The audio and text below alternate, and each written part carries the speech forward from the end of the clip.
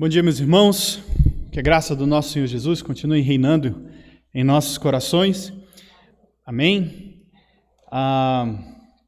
Nessa manhã, a proposta é de nós conversarmos sobre crescimento. E falar sobre crescimento em igreja é algo... Eu acho muito legal. Foi um dos temas que, na hora que estavam disponibilizados lá, eu pedi, falei assim, não, eu posso falar sobre isso?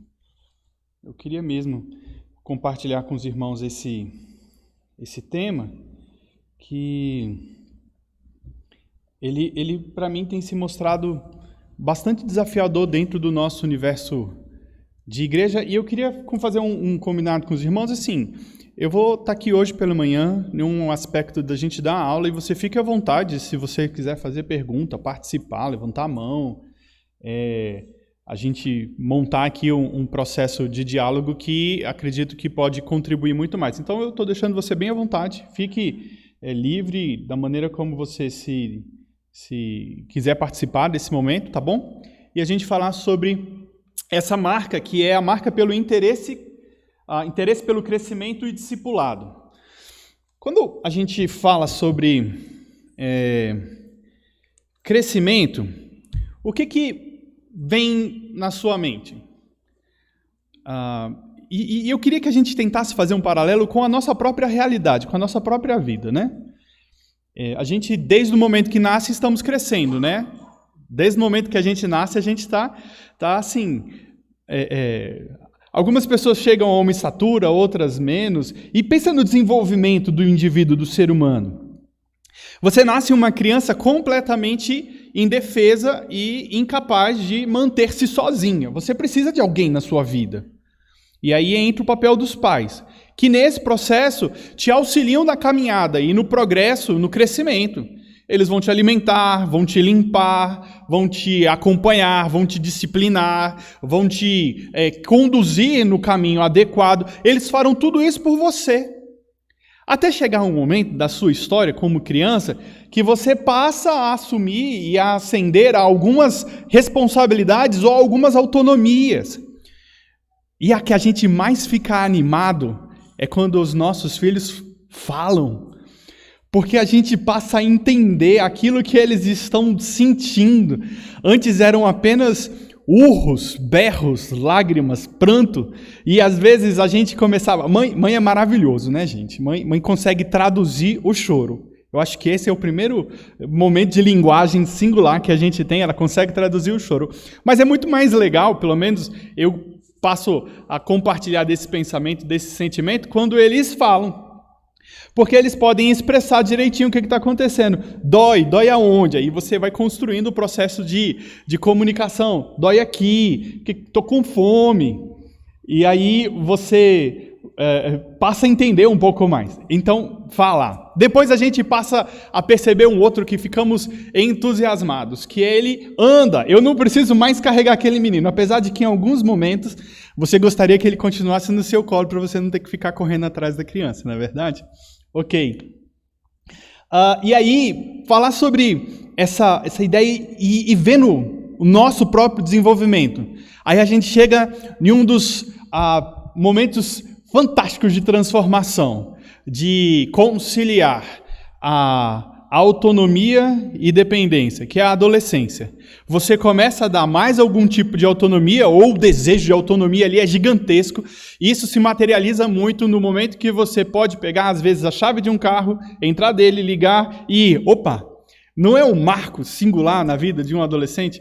Eu vendo algumas dos meninos e meninas aqui da nossa igreja que chegaram a esse momento de passarem pelo exame de trânsito e agora eles dirigem, eles se sentem, puxa vida, né? Mas ainda não são eles que abastecem o carro, na sua grande maioria, ainda dependem muito do pai. E olha, percebe a realidade de autonomia e dependência, porque há aí uma necessidade gigantesca de prestação de conta.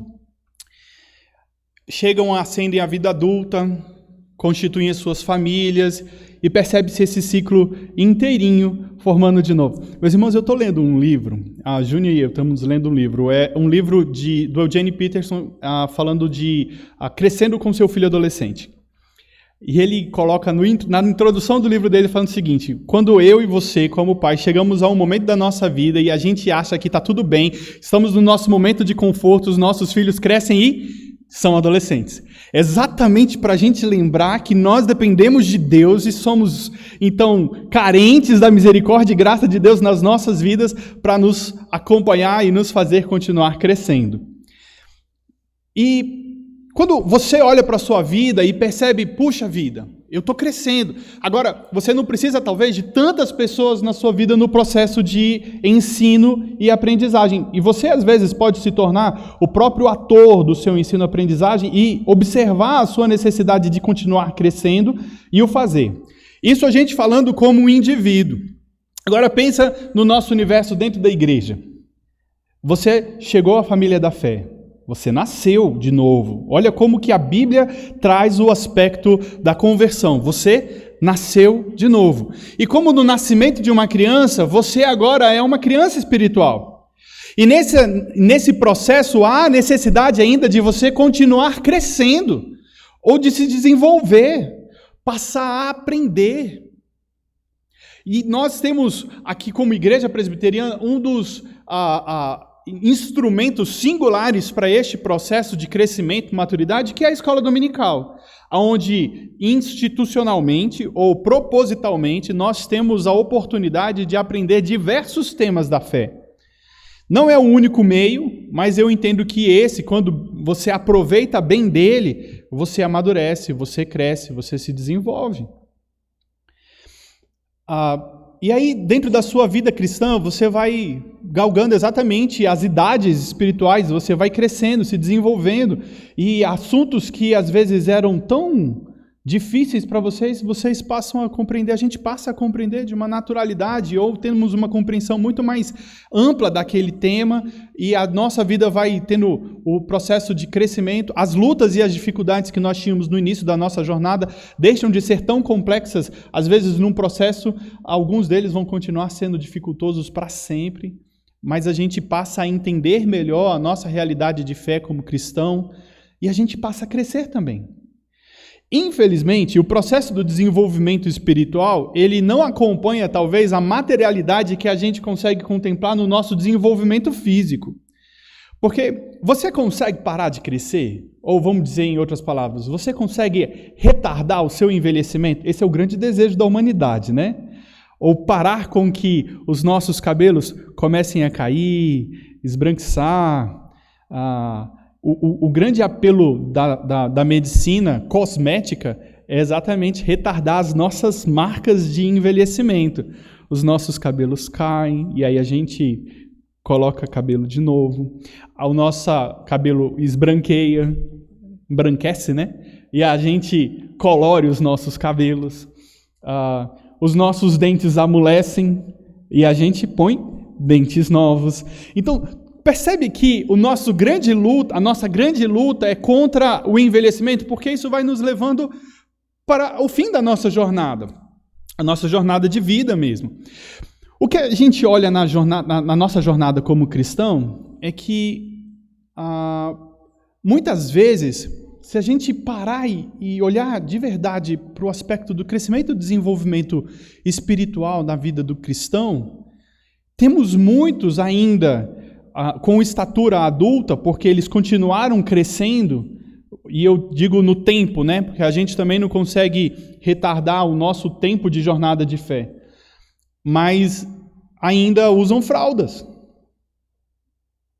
Não cresceram. Ainda permanecem lutando com os mesmos elementos rudimentares do início da sua jornada de fé, ou aquilo que deveria ser tratado no início da sua jornada de fé ainda é um desafio para aquele irmão. Eu queria destacar nesse sentido um texto. Esse texto está do escritor aos Hebreus, e o escritor aos Hebreus, no capítulo 5, versículo 11, ele diz assim: exortação ao progresso da fé, é o que o editor do texto colocou. Ele diz assim: a esse respeito, tenho muitas coisas a dizer, coisas difíceis de explicar, porque vocês ficam com preguiça de ouvir. Pois quando já deviam ser mestres, levando em conta o tempo decorrido, vocês têm novamente necessidade de alguém que lhes ensine quais são os princípios elementares dos oráculos de Deus, passando a ter necessidade de leite e não de alimento sólido. Todo aquele que se alimenta de leite é inexperiente na palavra da justiça, porque é criança, mas o alimento sólido é para os adultos, para aqueles que pela prática têm as suas faculdades exercidas para discernir não somente o bem, mas também o mal. Veja que texto desafiador para as nossas vidas e olhando para o nosso coração, para o nosso interior. Quantas lutas nós ainda temos travado de coisas que podem ser ditas como oráculos elementares de Deus? Algo que é básico e normal das nossas vidas. Sabe a ilustração que me vem?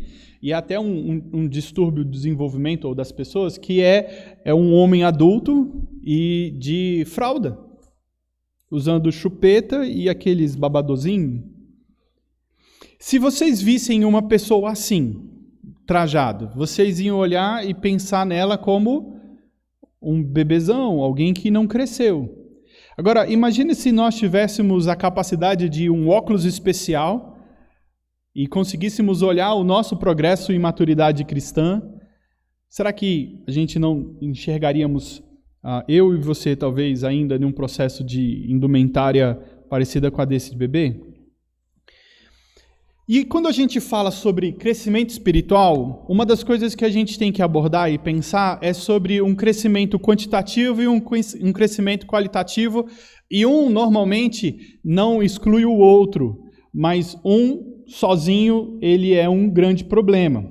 Quando a gente pensa em quantidade, olhando muitas igrejas, muitas comunidades, muitas famílias de fé, em que temos observado pessoas se chegando e muitas pessoas juntos ali daquele lugar, não necessariamente a gente percebe que há uma maturidade e um universo de crescimento espiritual real junto daquelas pessoas.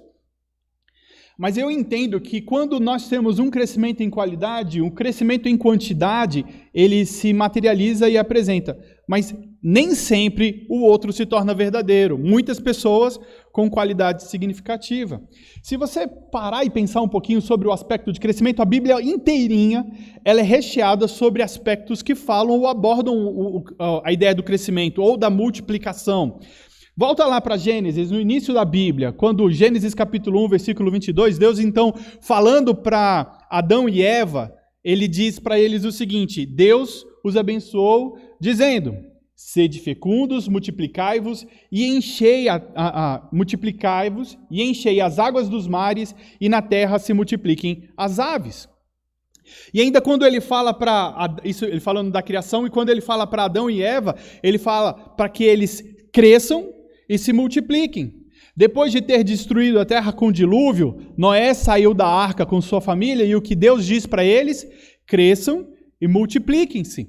Todo o aspecto de crescimento, há uma associação de abundância com a bênção de Deus, onde nós vemos que o muito ali, o abundante, é um aspecto de materializar também a bênção de Deus nas nossas vidas. O livro de Atos, quando a gente está falando sobre o início da jornada dos cristãos, ele tem muitos elementos específicos ali falando sobre como que a igreja crescia. Olha o que Atos 6, ele nos diz, nos versos 1 e depois no verso 7. Ora, aqueles dias multiplicando-se o número dos discípulos, e aí fala como eles crescia a palavra de Deus, e em Jerusalém se multiplicava o número dos discípulos, também muitíssimos os sacerdotes obedeciam à fé. E em vários outros momentos, falando daquelas primeiras jornadas dos discípulos ali no livro de Atos, falando como que a igreja ia crescendo, e que como de casa em casa eles iam se reunindo, e que como de tempo em tempo eles iam se agregando e chegando-se à fé. Foram vários e vários momentos que a gente observava as pessoas se achegando ali naquele momento no Novo Testamento, no início da jornada. Isso a gente está falando sobre um crescimento quantitativo, e olha o que acontece. Esse não é o único ingrediente ou aspecto do crescimento que a Bíblia aborda, mas ele aborda também um crescimento sobre a maturidade e o crescimento na fé. Um dos textos é o texto que eu li para vocês de Hebreus, no capítulo 5, quando o escritor, desafiando e assim exortando aqueles irmãos quanto ao momento e ao tempo que eles já tinham decorrido da sua jornada de fé, eles ainda precisavam voltar lá, mais uma vez, sobre um aspecto da fé deles tão elementar. Deixa eu tentar fazer um paralelo com a nossa realidade mesmo de igreja e igreja presbiteriana. Quantos aqui não ainda, ou quantos de nós ainda vemos a questões específicas de um aspecto tão complicado ou complexo da nossa fé, mas ainda voltamos a isso tantas e tantas vezes quanto a doutrina da eleição? E a gente volta e volta várias e várias vezes sobre este tema. Por quê? Porque ele é um tema que nos deveria ser talvez algo elementar, porque aí a gente passa a entender os nossos aspectos e princípios elementares da nossa fé, ou quais são as características que nos marcam ou nos caracterizam mesmo como igreja presbiteriana ou igreja reformada, e nós ainda levamos isso em conflito o tempo todo. E talvez a gente vai ficar dentro da jornada de fé lutando contra isso o tempo todo. E isso se materializa no nosso dia a dia. Coisas que a gente, talvez, deveria já ter estudado, já foi apresentado na escola dominical, abordado em mensagens da igreja, já foi ministrado oficinas aqui. Nesse último mês, nos últimos 2 meses, a UPH ofereceu para a igreja o curso dos Fundamentos da Graça, exatamente abordando esses temas, esses aspectos para a nossa vida e como que isso nos deveria ser assim. Eu tenho dificuldade com esse tema, então vamos lá, vamos investigar, vamos conversar. E às vezes a gente fica simples, não concordo, eu acho isso muito difícil, e a gente não para investigar esses aspectos dos elementos da fé. Olha o que o livro de Efésios, eu vou mostrar para vocês aqui no próximo slide, eu não sei se vai dar para ler, mas se você quiser, abre para mim, comigo na sua Bíblia, Efésios capítulo 4, versículos 15 e 16. Efésios capítulo 4, versículos 15 e 16. Olha só o que esse texto nos diz.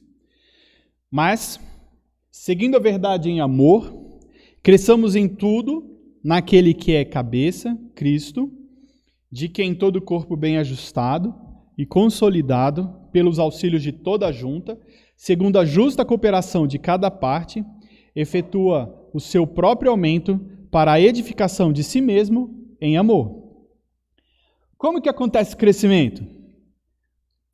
Em última instância, a gente observar que o crescimento, ele acontece por obra de Deus.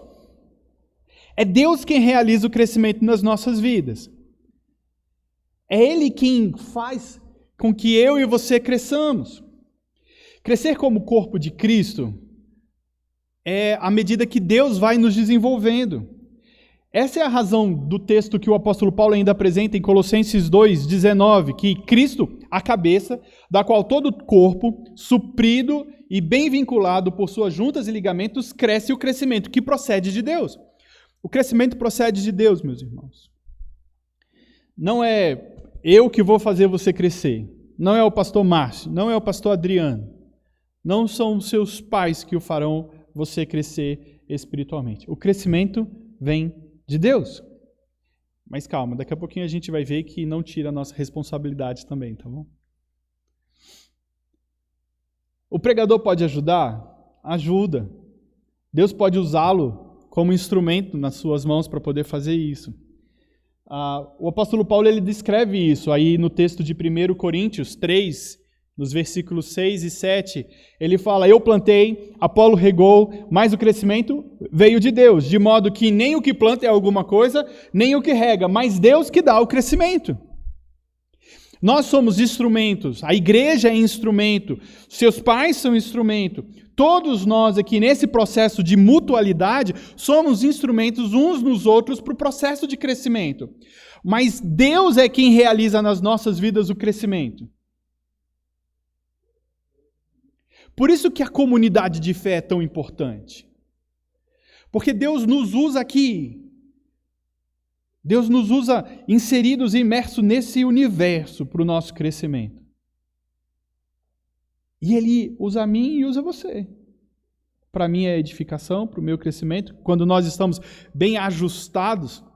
Ontem o pastor Adriano comentando, junto da programação da Mocidade, o aspecto na comunhão, no relacionamento, como que nós nos afiamos um com o outro, como o irmão ali, o crente no seu aspecto de convívio comunitário, ele edifica a vida do outro a partir das exortações, das admoestações, dos encorajamentos, dos reconhecimentos daquele irmão no trabalho que ele tem desenvolvido. E isso nos faz crescer. Olha como que é importante nosso aspecto comunitário e social juntos aqui como igreja.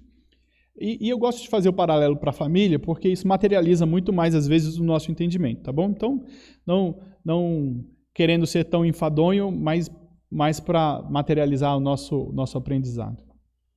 Você, quando era filho, porque às vezes nem todo mundo aqui tem filhos, mas assim, quando você como filho, tendo sido exortado pelo seu pai ou pela sua mãe quanto a uma atitude que você fez que não devia ter feito, e aquilo ali mexeu profundamente com o seu coração, mudou ou não mudou o seu comportamento depois daquilo? E não somente com a admoestação, ou com a advertência, a correção, chinelada, mas quando você, caso tenha sido elogiado, reforçou ou não reforçou o seu comportamento quanto àquilo que você fez? Agora, acredita que isso aqui dentro da comunidade de fé, se a gente, ajustado com todas as juntas, como diz o texto, cooperando um com os outros, não favoreceria isso também da mesma forma? Percebe por que é importante a gente estar junto? Porque o processo de crescimento não acontece sozinho. Deus é quem realiza e promove o crescimento. Mas Ele usa aquele que semeou, usa aquele que plantou, usa aquele que regou, para que esse processo aconteça.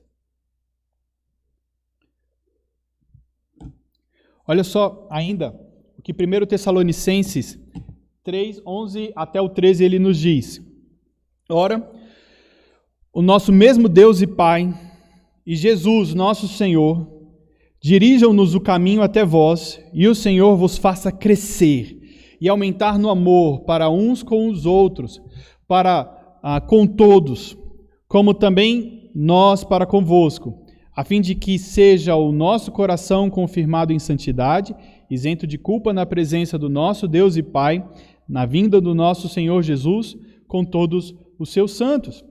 Quando o apóstolo Paulo desejava que a igreja crescesse, sabe o que ele fazia?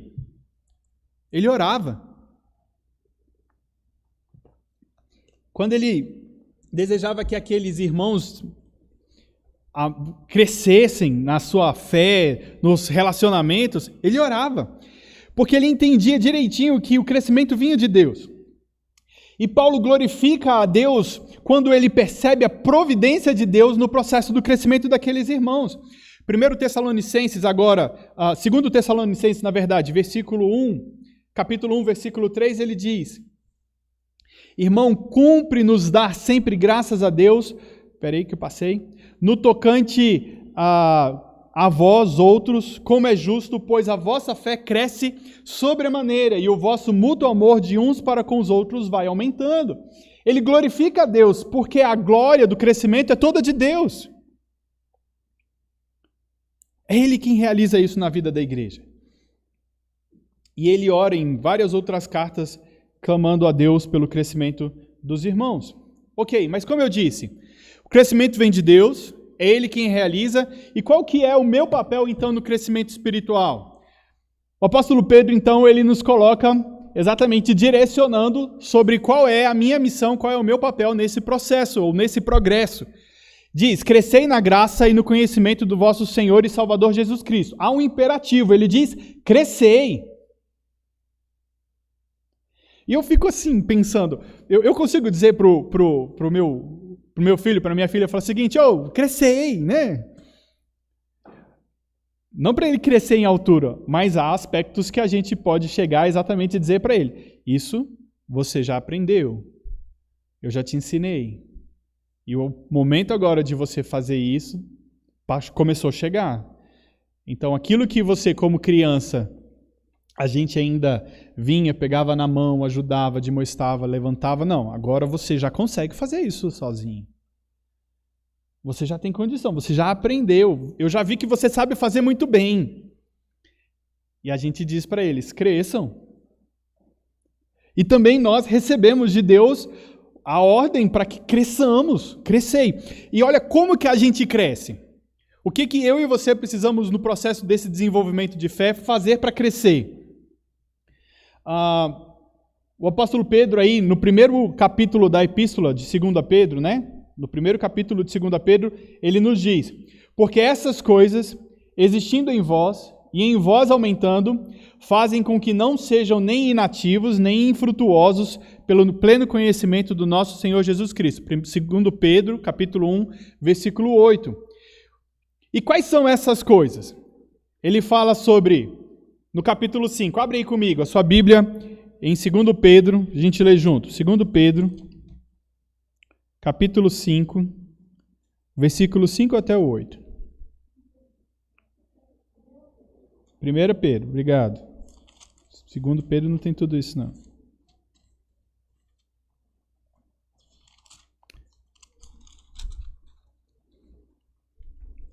Primeira Pedro 5, do 5 ao 8.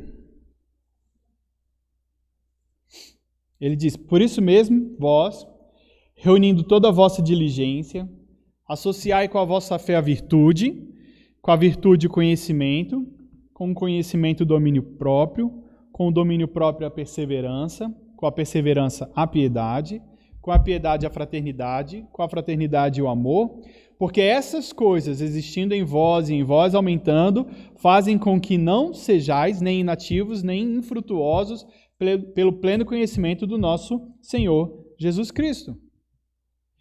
Então, quando a gente está falando sobre crescer e querer crescer ou desenvolver-se espiritualmente dentro da nossa realidade como comunidade da fé, a gente está dizendo que nós precisamos desenvolver algumas qualidades. E essas qualidades, elas são enfatizadas quanto ao quê? Ao cumprir aquilo que a Bíblia nos diz, sobre fazer aquilo que a palavra de Deus nos orienta, sobre seguir aquilo que Deus já decretou, já prescreveu para a gente nas Escrituras.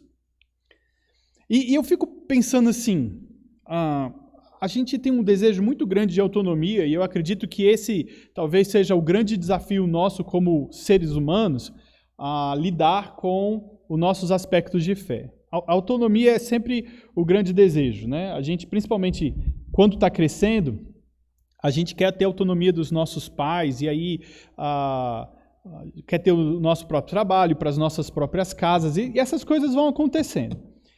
E essa ideia do desejo grande de autonomia ou de não precisar de ninguém, isso no aspecto relacionado à nossa fé, ele também tem muito do desejo de querermos fazer as coisas do nosso próprio jeito. E você já parou para observar como que a gente tenta, talvez, colocar aspectos que achamos que devem ser realizados dentro do nosso convívio eclesiástico ou igreja espiritual, que não estão na Bíblia? Por quê? Porque a gente acha legal, a gente cria da nossa própria cabeça, a gente inventa. E a gente está tentando desenvolver essas coisas assim. E por quê? Aí eu queria voltar para o primeiro texto que eu li, que é o lá de Hebreus. A minha versão diz que eles tinham preguiça de ouvir. Vocês prestaram atenção nisso? Preguiça de ouvir, preguiça de aprender, preguiça de estudar a Bíblia. E a gente literalmente cresce, gente, quando a gente aprende a Bíblia. Você quer crescer espiritualmente? O nosso processo, a nossa parte, dentro de todo esse processo de desenvolvimento, é aprender da Bíblia.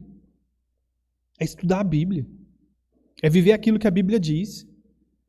Desenvolver esses comportamentos que Pedro está falando aqui, nada mais é do que viver aquilo que a Bíblia já tem dito em vários outros momentos, associando vários comportamentos, vários princípios, vários aspectos da nossa fé. Percebe que, às vezes, conflitos que nós vamos tendo dentro da nossa própria casa ou dentro das relações da igreja são a ausência de alguns comportamentos que a Bíblia nos estimula a ter? Você já viu como que é difícil perdoar? Porque a gente está evocando para nós mesmos os nossos direitos? E olha como que a gente cresce. 1 Pedro, abre aí ainda, volta em 1 Pedro. 1 Pedro 2, agora versículos 2 até o 5.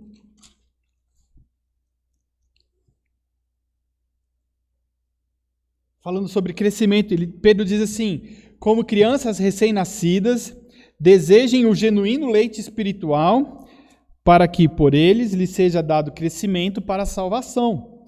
Se é que vocês já têm a experiência de que o Senhor é bondoso, chegando-se a ele, a pedra que vive, rejeitada sim pelos homens, mas para com Deus eleita e preciosa. Também vocês, como pedras que vivem, são edificados casa espiritual para serem sacerdócio santo, a fim de oferecerem sacrifícios espirituais agradáveis a Deus por meio de Jesus Cristo. Ele nos exorta a buscarmos elementos que nos façam crescer, se alimentar da palavra. Esse tem sido talvez um dos aspectos que a gente mais e repetidamente tem dito aqui na igreja durante todo esse tempo que a gente tem estado aqui. Falar sobre a importância da Bíblia, o tempo que nós dedicamos ao estudo da palavra, à meditação, à leitura, ao aprendizado, ao crescimento aqui como comunidade nos momentos que são ministradas a palavra. Tudo isso desenvolve a nossa fé. Então, quando a gente, falando sobre crescimento, que esse crescimento espiritual é um sólido conceito bíblico. O crescimento não é algo que está somente que nós somente estamos procurando, mas é algo particular, não é algo particular da nossa cultura. É uma ideia que aparece na Bíblia e está ali para a gente poder ser desenvolvido e aparece desde a própria criação do homem. Se a gente olhar e pensar sobre o que a gente tem estudado aqui, as 9 marcas de uma igreja saudável, o que a gente tem? São aquelas 8 marcas mais o interesse pelo crescimento bíblico e o discipulado. A gente ainda vai ser ministrado sobre a disciplina eclesiástica e pensar o seguinte: olha como que essas marcas nos ajudam no processo do crescimento também. A pregação expositiva. A Bíblia é importante, não somente alguns textos ou algum pedacinho dela que possa ser nos importante, alguns temas que possam ser extraídos ali, mas toda ela. E o Mark Dever, no livro que a gente tem estudado, ele coloca um dos aspectos que eu fiquei meditando assim. Quando a Bíblia é a parte mais importante desse processo, eu como pastor, e eu achei isso muito legal, eu deixo de ter a minha relevância apresentada aqui, porque se o texto bíblico ele é pregado com veracidade, com verdade, com honestidade aqui, pode ser eu ou pode ser qualquer outro. Porque quem é o relevante? A palavra. Então, a gente como igreja não se sente abalado quando eu, o Marcinho e o Adriano passarmos. Porque, gente, eu não vou viver para sempre, tá bom? Então, talvez os seus netos, os meus netos, eu espero viver bastante, tá? Mas eu não vou viver para sempre. Eles não vão ficar abalados quando o aspecto da gente passar. Porque o que está sendo pregado aqui é fiel? É o que importa, que os outros que vierem após nós sejam também fiéis à ministração da palavra. A gente não se abala. A gente não sofre com isso. Pensar sobre a teologia bíblica. A gente tem um entendimento completo de como que Deus desenvolve isso na história. Como que Deus desenvolve os aspectos da sua relação com o seu povo. E isso a gente aprende a partir da teologia bíblica. O entendimento adequado sobre o Evangelho, como que eu e você somos vistos e resgatados por Deus, e tendo as nossas necessidades, somos cada dia mais treinados a confiar no Senhor. Falar sobre a conversão, de que eu e você estamos em um estado espiritual, que Deus, então, Ele vai e nos resgata. Isso nos traz exatamente uma gratidão singular àquilo que Deus tem feito nas nossas vidas. Falar sobre evangelização, que o Dever traz um aspecto que eu queria ressaltar, é que muitas pessoas não crescem ou não desenvolvem porque foram mal evangelizadas, porque levaram elas a entender que foram alcançadas pela graça de Deus. Porque apresentaram um evangelho talvez barato ou falso para elas e tentaram convencê-las de que aquilo ali era o suficiente. E as pessoas estão dentro da igreja e de verdade não são crentes.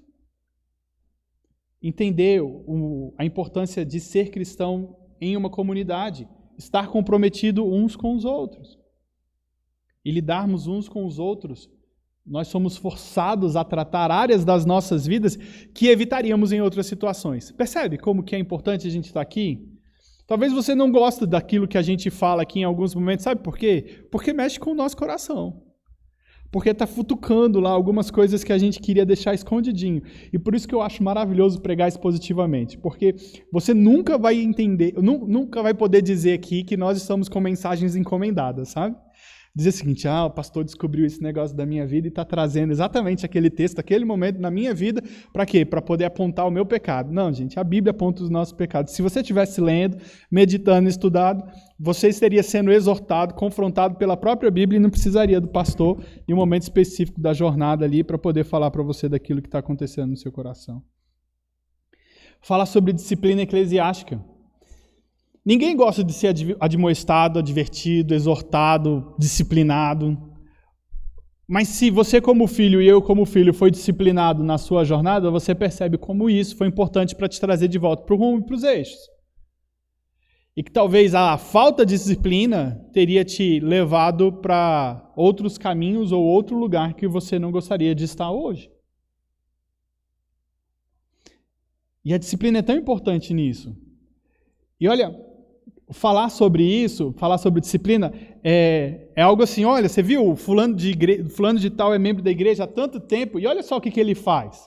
A ausência de disciplina na igreja mostra que as pessoas permanecem ainda no estado de letargia ou de não desenvolvimento espiritual e continuam em algumas práticas de pecado que não deveriam estar mais sendo praticadas por alguém que está em tanto tempo no progresso da fé. Deixa as pessoas confusas. E falar sobre liderança ainda ajuda-nos a perceber a ideia do crescimento. À medida que Deus coloca pessoas para exercer liderança no nosso meio, obtemos modelos e exemplos práticos daquilo que nós temos que viver. E aí, então, chega no momento que eu queria pensar aqui com vocês, e eu já estou quase terminando.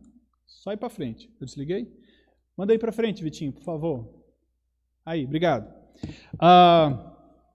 E aí eu queria que você parasse e pensasse comigo assim, sinceramente. Diante de Deus e com um coração sincero e verdadeiro, você se considera um cristão? Diante de Deus, com um coração sincero e verdadeiro, você se considera um cristão? E olha que legal. Crescimento é super importante. Crescer espiritualmente é muito importante. E isso é tão importante porque é o meio que Deus nos usa para testemunharmos no mundo. Quando a gente vê uma igreja composta por membros que estão crescendo à semelhança de Cristo, quem recebe a glória? Como a gente viu, é o próprio Deus. 1 Coríntios 3,6 diz, o crescimento vem de Deus. E como Pedro nos diz, em 1 Pedro 2,12, ele diz, mantendo exemplar o vosso procedimento no meio dos gentios, para que naquilo que falam contra vós outros, como de malfeitores, observando-vos em vossas boas obras, glorifiquem a Deus no dia da visitação. Então, você, sinceramente, se considera um cristão? E aí? E se eu te mudasse um pouco a pergunta? E você se considera um discípulo de Jesus?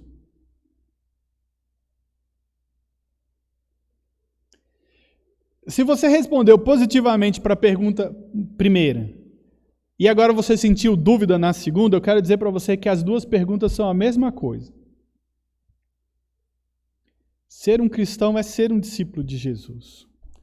Só que você, quando para pensar na segunda pergunta, você sabe que tem um custo e um comprometimento envolvido aí sobre o aspecto de ser um discípulo.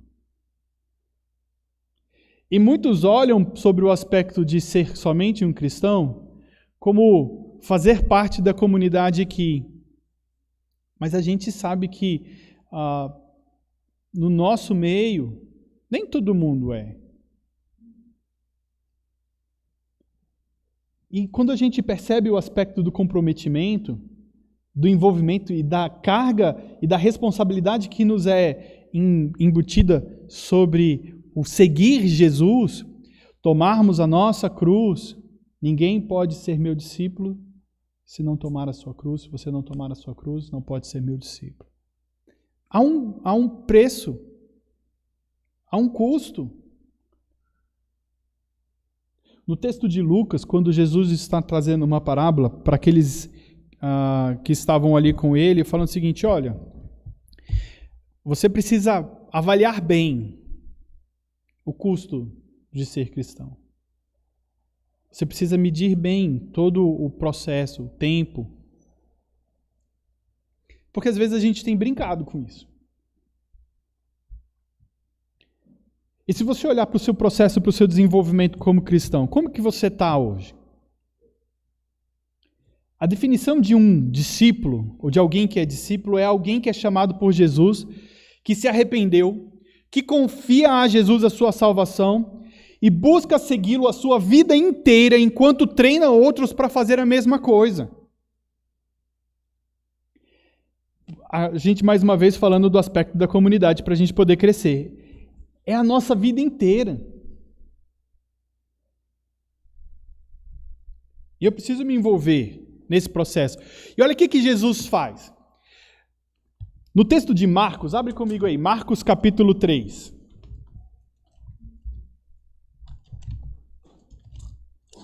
Marcos capítulo 3, quando Jesus está escolhendo os 12. Versículo 14.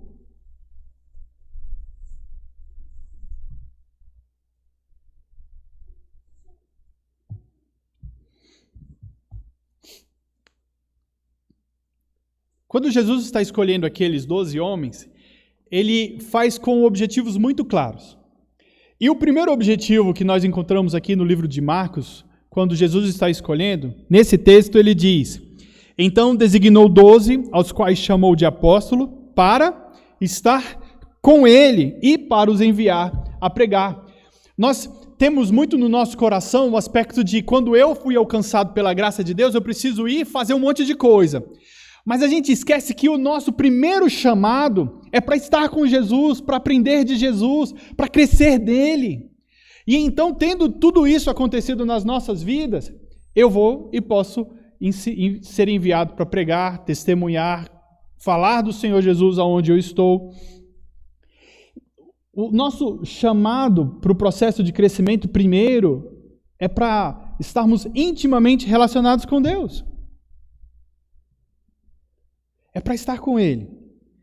E essa intimidade é exatamente o combustível que é necessário para sermos, então, enviados para poder intencionalmente estar com outras pessoas e fazer o que Jesus fez com os seus discípulos. Estar com pessoas, falar de Jesus, compartilhar Jesus, e assim, então, vendo pessoas crescerem, fazendo com que outras pessoas cresçam também. A missão de Jesus era, então, chamar pessoas para estar com eles num contexto de um relacionamento. Fica evidente isso em várias declarações que nós encontramos na Bíblia. Como, por exemplo, eu vim para buscar e salvar o perdido.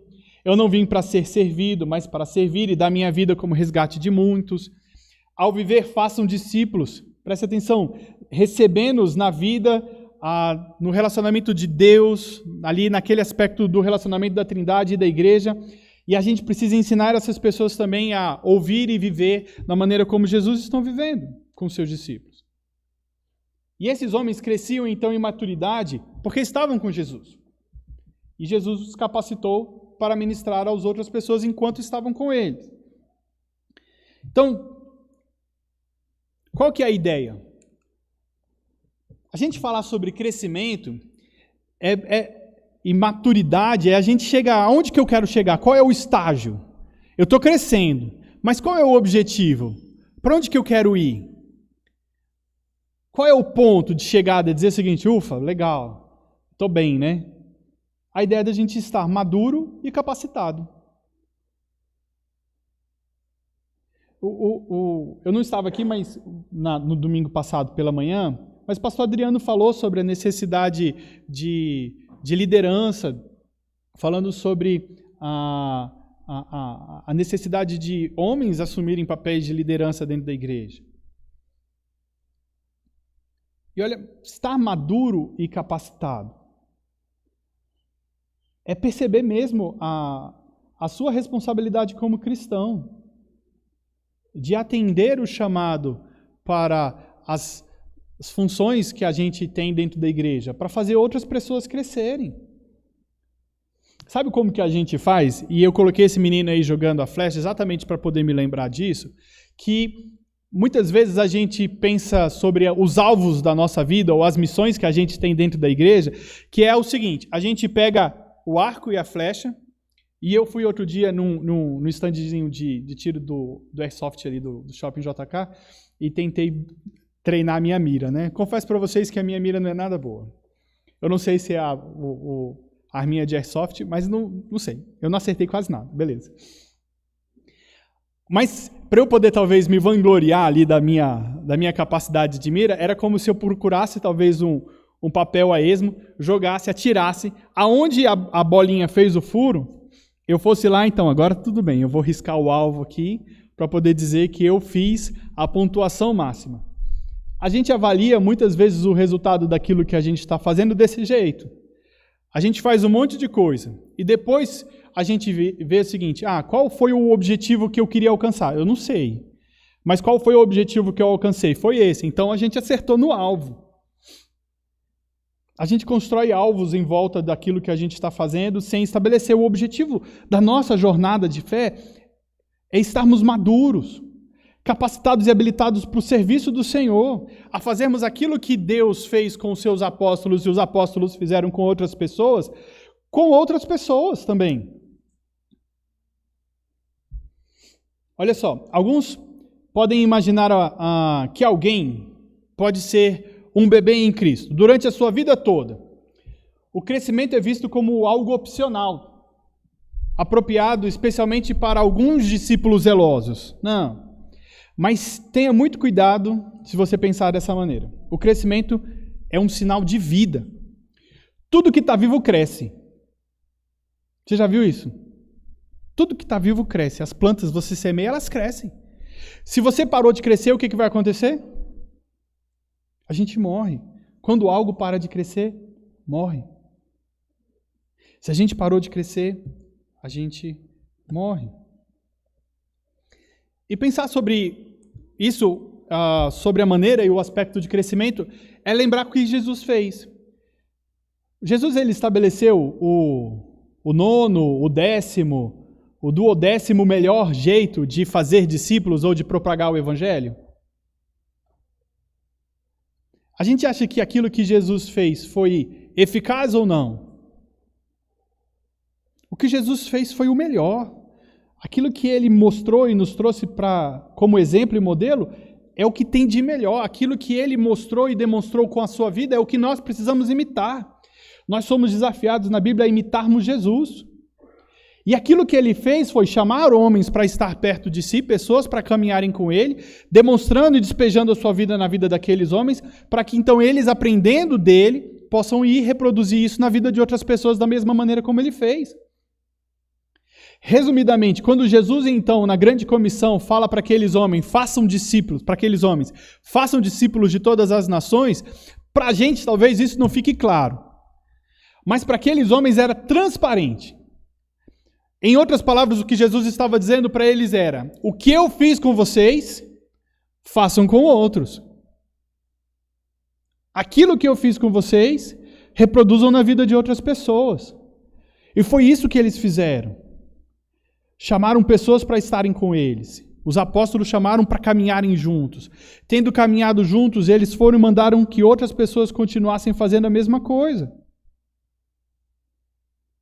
Foi o melhor jeito, e é isso que a gente precisa correr atrás de perseguir e fazer também. A gente não precisa ficar tentando inventar outra coisa. Deixa eu ver se vai passar. Passa aí para mim, João. Aí, obrigado. O estar com essas pessoas é exatamente aquilo que Jesus estava querendo que aqueles homens fizessem. Olha, abre comigo aí, 2 Timóteo, capítulo 2, versículo 2. O apóstolo Paulo agora falando para aquele pastor ali na igreja em Éfeso.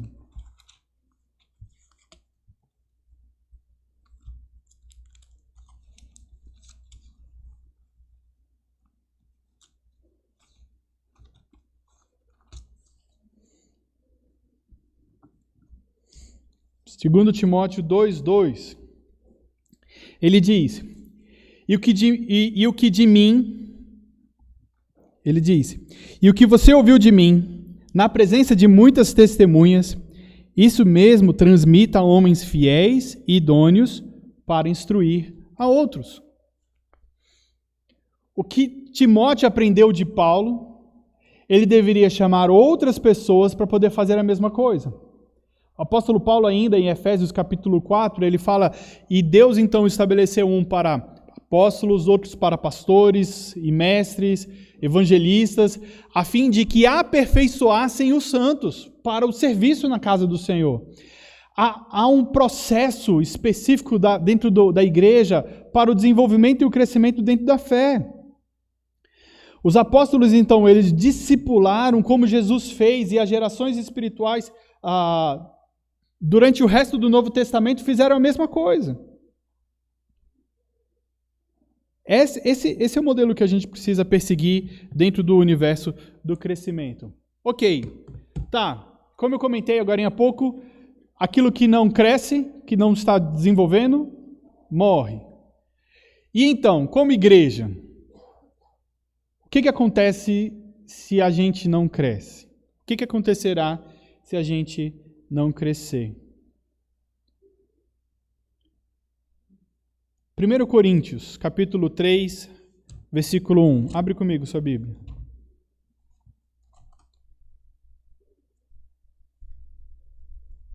E eu já estou terminando. Esse é o último, viu, gente? 1 Coríntios, capítulo 3, versículo 1. O texto diz, eu, porém, irmãos, não pude falar a vocês como a pessoas espirituais, e sim como a pessoas carnais, como a crianças em Cristo.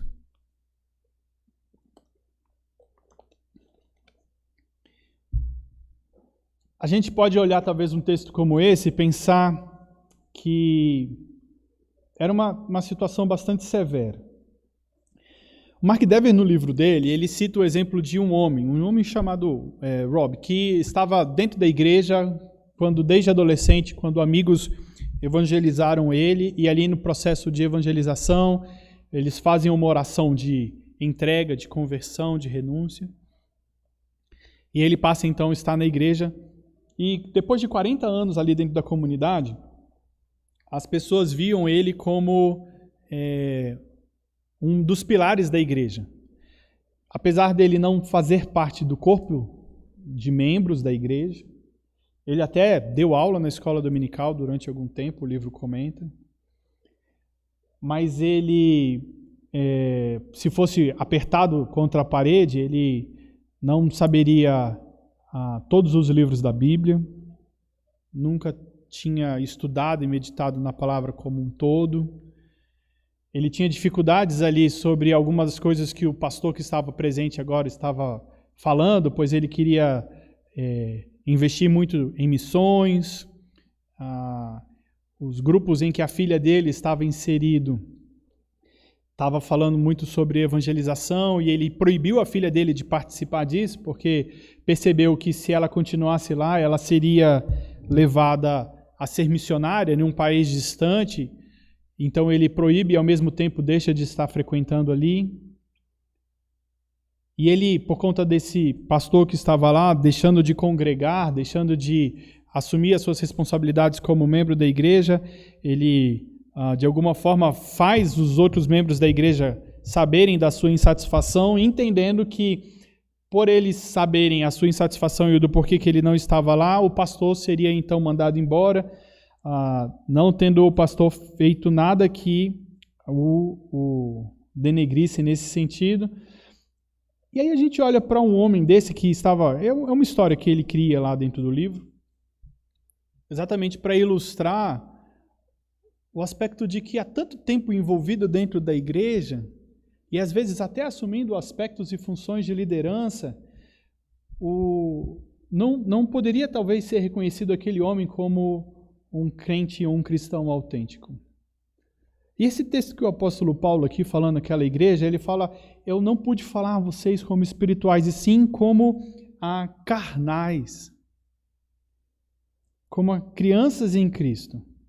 A gente poderia até falar o seguinte, existe uma categoria intermediária entre o incrédulo e o verdadeiro cristão, e a gente tem um ponto no meio aí, que é o cristão carnal, ou crente carnal. Mas não é isso que o texto está falando.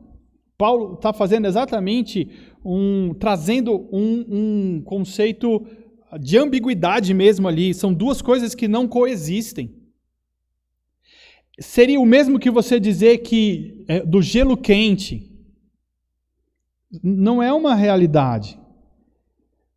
É a junção de duas palavras que não poderiam e não deveriam ser usados juntos. E o que ele estava querendo fazer ali era literalmente envergonhar aqueles irmãos por estarem ainda conduzindo as suas vidas dentro de um aspecto que era incompatível com a declaração da sua fé. Em outras palavras, o Dever traz que Paulo estava dizendo, saiam de cima do muro. Vocês estão vivendo de modo diferente do que professam ser. Não podem fazer isso. Esses cavalos seguem em direção opostas. Então, montem em um ou outro. Resolvam o que vocês estão pensando e querem ser. E encerrando. Pensa no significado do que é ser cristão. Ser cristão não significa que a gente é perfeito não, tá, gente? E sim que nosso coração almeja realmente seguir o Senhor Jesus. Se eu e você, então, somos cristãos, isso acontece porque Deus, em sua graciosa obra, tem produzido nas nossas vidas um desejo de viver de modo que agrada cada dia mais a Ele. E esse desejo é um sinal de um crescimento e ele vem acompanhado de uma vida que se desenvolve espiritualmente. E quando a gente observa isso dentro da comunidade, nós percebemos uma marca de uma igreja que tem sido identificada como saudável. Eu e você somos desafiados a crescermos na fé, a desenvolvermos a nossa fé, a lidarmos com isso com seriedade e maturidade durante todos os dias da nossa jornada. Amém? Que Deus nos abençoe, meus irmãos, em nome de Jesus. Vamos orar? Santo Deus, nós somos gratos pela vida, somos gratos pelo amor de Cristo Jesus, somos gratos pela imensa graça que nos foi ministrada na cruz do Calvário hoje, como a igreja, lembrando disso na Santa Ceia. Pai, nós somos encorajados a crescermos, a amadurecermos, a cuidarmos uns dos outros, a olharmos para a nossa própria vida e identificarmos as lacunas, olharmos para o nosso desenvolvimento na fé até então, e vermos aonde nós paramos, o que nós precisamos progredir. Senhor, nós precisamos de ajuda do Senhor e uns dos outros. Sabemos que o crescimento vem do Senhor e o Senhor usa irmãos e irmãs nesse processo da nossa vida. Pai, que nós como igreja possamos nos envolver com isso e comprometidos com essa obra, cresçamos em maturidade e em fé diante do Senhor, diante desse mundo, para testemunharmos quem Cristo Jesus é nas nossas vidas e glorificando o Senhor. O Senhor, Pai, seja exaltado hoje e sempre, em nome de Jesus. Amém, amém e amém. Amém? Queridos, nós já estamos encerrando. Convido você a ficar de pé. Nós vamos orar, eu vou estar impetrando a bênção. e nos despedindo para os nossos lares. E mais à noite, às 18 horas, nós nos reencontraremos para, mais uma vez, aprendermos do Senhor e sua palavra. Glorioso Deus, amado Pai, obrigado por essa manhã que nós separamos e é dedicada pelo Senhor para prestarmos ao Senhor culto e adorarmos o Teu nome. Que os nossos corações possam ter sido aquecidos por Tua palavra, desafiados e encorajados para vivermos de forma digna do Teu Evangelho e desenvolvermos a nossa maturidade diante do Senhor. Leva-nos agora para os nossos lares e em comunhão uns com os outros, como família, nós possamos também testemunhar do Teu amor onde nós estivermos. E nos traga mais à noite, para mais uma vez adorarmos o Teu nome. Em nome de Jesus oramos. Amém. Amém. Receba a bênção. Que a graça do nosso Senhor e Salvador Jesus Cristo, o amor de Deus, o nosso eterno e glorioso Pai, e a comunhão do Espírito de Deus repouse sobre a amada igreja, hoje e sempre. Amém, amém e amém.